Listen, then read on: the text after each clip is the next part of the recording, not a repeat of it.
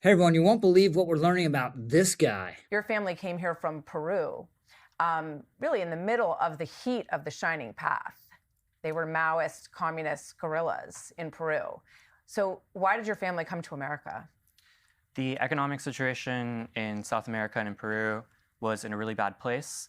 But I think that much of what we could say is responsible for that actually was the imposition of capitalism and American imperialism in many cases is actually what brings immigrants to the U.S.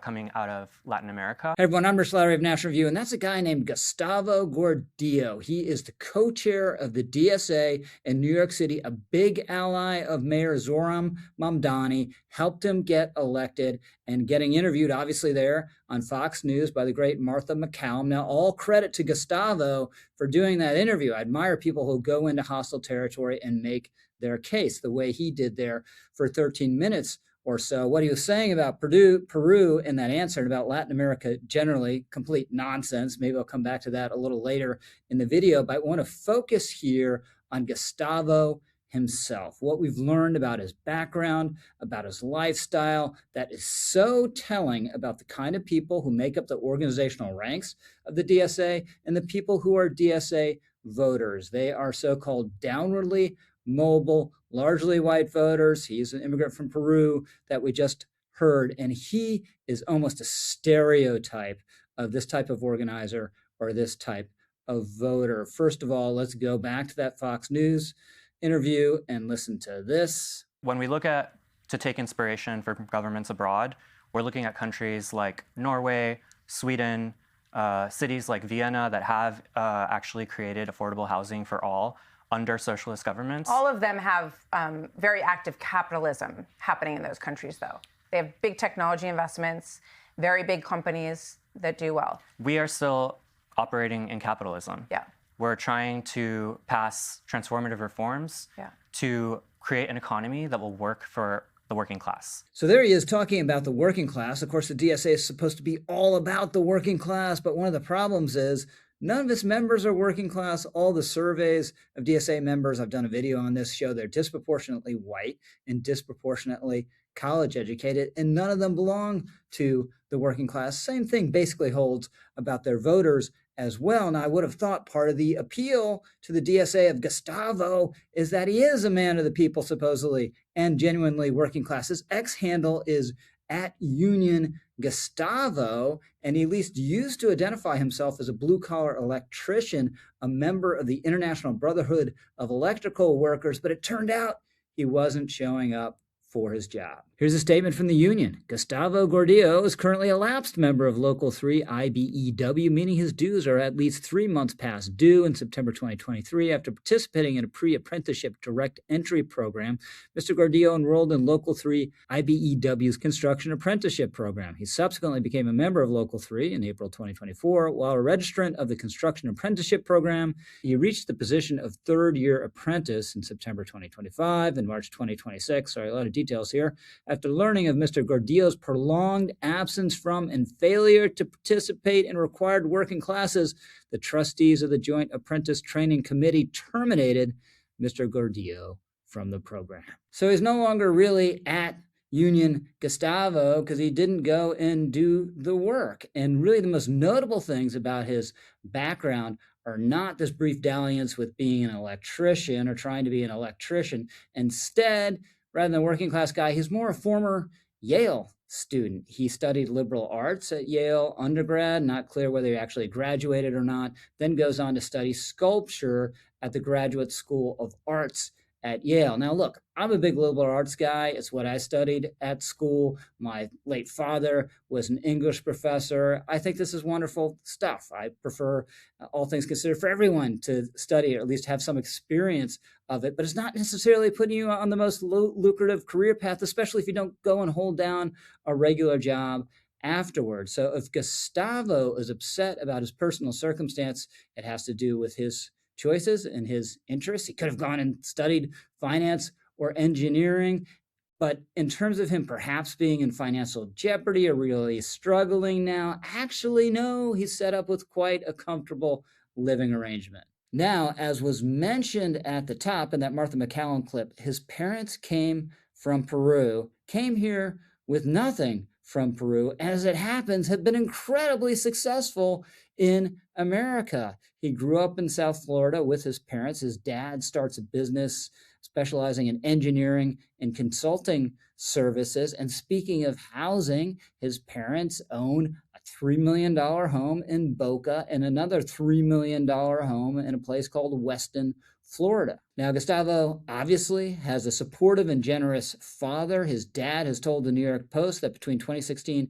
and 2019, he rented a place for about $2,600 a month for Gustavo on the Lower East Side of Manhattan. More recently, as the New York Post notes, Gustavo has been living in Bed-Stuy in Brooklyn in a two-story, nearly 2,000 square foot row house on a nice tree-lined gentrifying block. This is from the New York Post. The Ivy League radical's converted single-family home was bought in 2019 by his mom and dad through a dummy corporation for just under $1 million, property records show. Since then, it has undergone a major facelift, with renovations done to its entire front facade, the planting of lush landscaping, the revamping of the interior, and the addition of a pair of decks on the roof as well as near the front door, according to plans filed with Borough, that's Brooklyn, in 2023. Updates to the property continued Tuesday, at least on its second floor, the Post observed. My son and my other son both live there, Gordillo's father said when reached by phone. The LLC purchased the home, and then we did the renovations. So there are a couple things to say about this. One, there's the hypocrisy,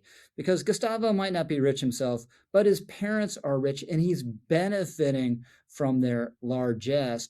Two, he wants to blow up the system that they benefited from, the system that made it possible for them to succeed in the United States of America. And just as galling, he's using the leisure afforded by their success in this system to inveigh against the system and organize against it. Now, a lot of top DSA organizers, they have a kind of roughly similar background, wealthy parents, liberal arts education, a lot of leisure time that they're using to try to destroy the system that's made them more comfortable than almost anyone else on the planet and a lot of other people in their own country. Now, all of this can lead some critics to say that these DSA types are really engaged in play acting. They're kind of joking around. They're like theater kids pretending to forge a revolution. And certainly there's a lot of truth to that, right? These aren't revolutionaries in Tsarist Russia really putting their necks on the line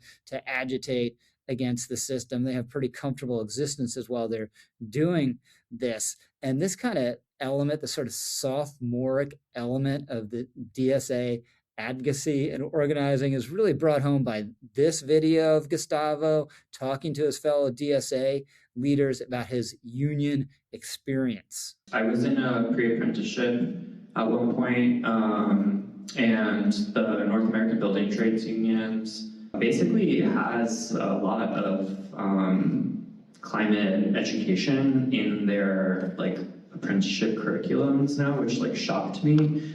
So I was, in a classroom with like 50 people who are going to become union construction workers who were like super alarmed by the climate crisis. The solution is mostly going to be construction jobs. Embedding in construction unions is a really key task for socialists over the next 10 years. I'm not sure that these construction workers were as thrilled and alarmed by getting propagandized on climate change as Gustavo suggests there, but the kind of play acting element of this aside, this is a really serious and poisonous political ideology that tells a perverse story about the United States of America. And an illustration of that, again, right at the beginning of this video, returning to that McCallum clip as promised, when they're talking about Peru. And she asked the good question, well, if this country's so bad, why'd your parents come here, basically? And he says, oh, it was American-style capitalism in Peru and elsewhere, forcing people to flee to the United States of America. But that's not what happened in Peru at all. There's a guy named Alan Garcia who, prior to Gustavo's parents fleeing, is elected as a left-wing populist, implements, by the way, a lot of the kind of things that DSA is excited by and supportive of, and it wrecks the country economically. It is a catastrophe. There's hyperinflation, all sorts of other disasters. And you get this guy named Fujimori, turns out to be a thug, gets elected to clean everything up, and he executes what's called a self-coup to take over as an autocrat, which he can do because the country is in such a ruinous state. And besides the economy being in free fall, he's fighting this totally lunatic, highly violent Maoist insurgency, the shining path that's threatening to take over the country. So none of this was the fault of the United States of America. And you wouldn't have fled to the United States of America if it was our thought. We'd be the last place you'd go after we did all those terrible things to your country, but we didn't. His parents come here for good reason. They thrive here. I'm very happy for them, but it's had the ironic effect of making it possible for their son to work to destroy this country and the system that has made it so successful. Hey, by the way, love to hear what you have to say. Comment, like, or subscribe. I promise you won't regret it. I'm Rich Lowry, over and out.